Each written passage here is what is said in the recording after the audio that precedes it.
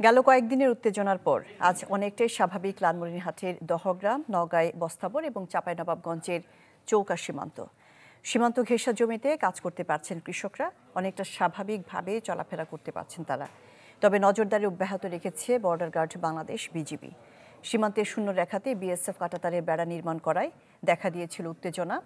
এ নিয়ে ৮ জানুয়ারি বিজিবি বিএসএফের মধ্যে পতাকা বৈঠক হয়। গতকাল ঢাকায় ভারতীয় হাই কমিশনারকে ডেকে উদ্বেগের পাশাপাশি কড়া প্রতিবাদ জানিয়েছে পররাষ্ট্র মন্ত্রণালয়।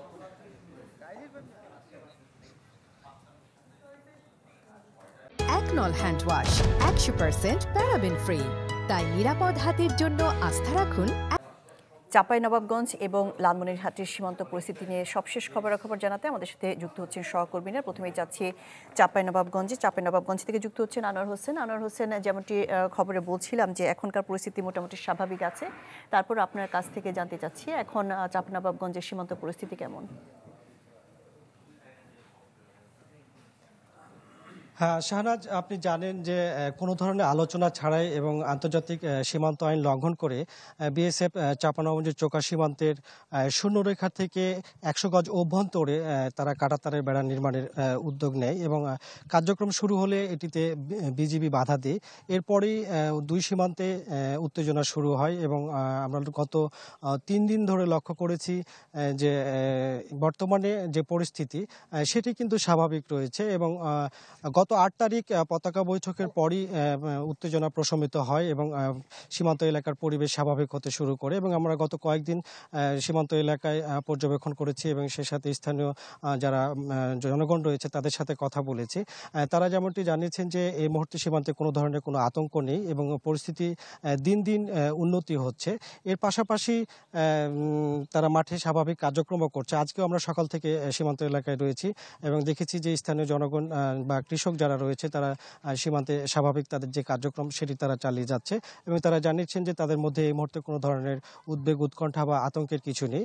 এছাড়া বিজিবি উত্তেজনা প্রশমিত হওয়ার পর থেকেই সীমান্তে তাদের যে স্বাভাবিক টহল কার্যক্রম সেটি যেমন স্বাভাবিক রেখেছেন, পাশাপাশি নজরদারিও তারা বাড়িয়েছেন এবং আপনি জানেন যে আন্তর্জাতিক সীমানা আইন অনুযায়ী নোম্যান্স ল্যান্ডের ১৫০ গজের অভ্যন্তরে কোনো স্থাপনা বা কাঁটাতারের বেড়া নির্মাণ করার নিয়ম থাকলেও ভারতীয় সীমান্তরক্ষী বাহিনী বিএসএফ তারা আইন লঙ্ঘন করে ১০০ গজের অভ্যন্তরে তারা কাঁটাতারের বেড়া নির্মাণের উদ্যোগ নেয়, যেটাতে বিজিবি বাধা দেয়। এরপর থেকেই সীমান্তে উত্তেজনা শুরু হয় এবং উভয় বাহিনী তাদের লোকবল, জনবল তারা সীমান্তে মোতায়েন শুরু করে। তবে গত ৮ তারিখে তৃতীয় দফা পতাকা বৈঠকের পরই এই উত্তেজনা প্রশমিত হয় এবং বর্তমানে পরিস্থিতি স্বাভাবিক রয়েছে। জি আনোয়ার হোসেন, এবার যেতে যাচ্ছি লালমনিরহাটে, যুক্ত হচ্ছেন মাহফুজ বকুল। বেশ কিছু দিন ধরে কিন্তু লালমনিরহাটের দহগ্রাম সীমান্ত নিয়ে দেশবাসীর মধ্যে এক ধরনের উদ্বেগ, উৎকণ্ঠা কাজ করছে। এখন দহগ্রাম সীমান্তে কি পরিস্থিতি জানাবেন?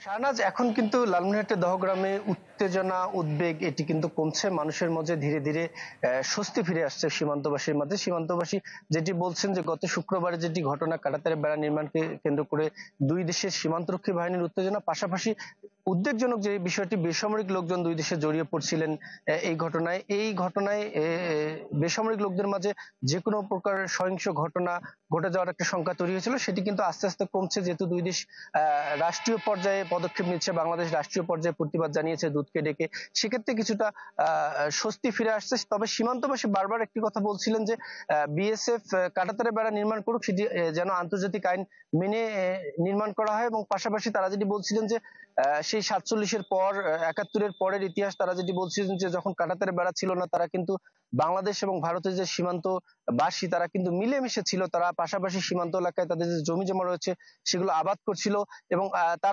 তারা আরো কিছু ঘটনা বলছিল যে অনেক সময় বাংলাদেশি লোকজন সীমান্তের পাশের বাজারে ভারতের অংশে বাজার করতে যেত, ভারতের লোকজন বাংলাদেশের কাঁচা বাজারে এসে বাজার করতে আসতো। তাদের কিন্তু একটা মেলবন্ধন ছিল। কিন্তু রাজনৈতিক পট পরিবর্তন এবং স্বাধীনতা যুদ্ধের পর বিভিন্ন সময় রাজনৈতিক কারণে কিন্তু এই তাদের মধ্যে আতঙ্ক বেড়েছে, তাদের মাঝে দ্বন্দ্বের সূত্রপাত হয়েছে এবং এরকম কাঁটাতারের বেড়া নির্মাণকে কেন্দ্র করে কিন্তু আবারও তারা মুখোমুখি অবস্থানে নিয়েছে এবং বেসামরিক লোকজন সীমান্তবাসী তাদের মধ্যে কিন্তু অসন্তোষ বাড়ছে। এটি কিন্তু একটু উদ্বেগের বিষয় এবং বিজিবি যেটি বলছে যে বিজিবি মোতায়েন করা রয়েছে, তারা নজরদারি করছেন এবং তারাও সীমান্তবাসীকে স্বস্তি ফিরে আনার চেষ্টা করছেন। শাহনাজ। জি মাহফুজ বকুল। চাঁপাইনবাবগঞ্জ এবং লালমনিরহাট থেকে সেখানকার সীমান্ত পরিস্থিতি নিয়ে জানাচ্ছিলেন আমাদের সহকর্মীরা।